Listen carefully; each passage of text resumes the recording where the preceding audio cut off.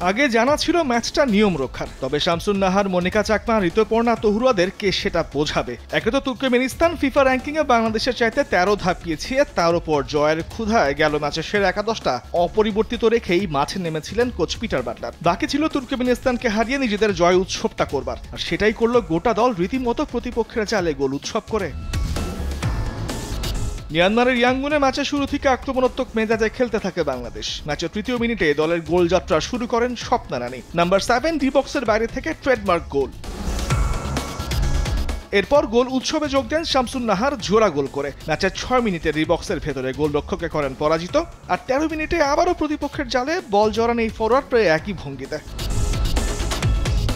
এরপর 16 থেকে 20 মাত্র 4 মিনিটের ব্যবধানে লন্ডভন্ড হয় প্রতিপক্ষের জাল। আরও 3টি গোল আদায় করে নেয় বাংলাদেশ। 16 মিনিটে মনিকা খুঁজে নেয় জাল। ঠিক তার পরের মিনিটে ঋতুপর্ণা খুলেন নিজের গোলের খাতা। 5-0 গোলে পিছিয়ে পড়া ম্যাচের 20 মিনিটে তুর্কমেনিস্তান পরিবর্তন করতে বাধ্য হয় নিজেদের গোলরক্ষক, তবে তাতে তাদের ভাগ্য বদলায়নি। ঠিক তখনই সেই গোলরক্ষকের ভুলে তহুরা করে বসেন ম্যাচে নিজের প্রথম গোল। 6-0 গোলে লিড পায় বাংলাদেশ। ম্যাচের তখন 20 মিনিট।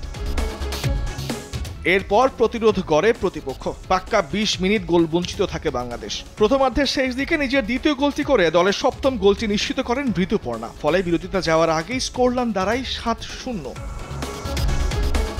পরের গোলের গল্পটা আর লম্বা হয়নি তুর্কমেনিস্তানের ডিফেন্স আর বাংলাদেশের ফরওয়ার্ডদের কারণেই। গোটা দ্বিতীয়ার্ধ থাকে গোলশূন্য। বাংলাদেশের বিজয়গাথা লেখা হয় 7-0 গোলের জয়। গ্রুপ পর্বের 3 ম্যাচে প্রতিপক্ষের জালে 16 গোলে থামে বাংলাদেশের মিয়ানমার কাব্য। তামিমুর রহমান, স্পোর্টস ডেস্ক, দেশ টিভি।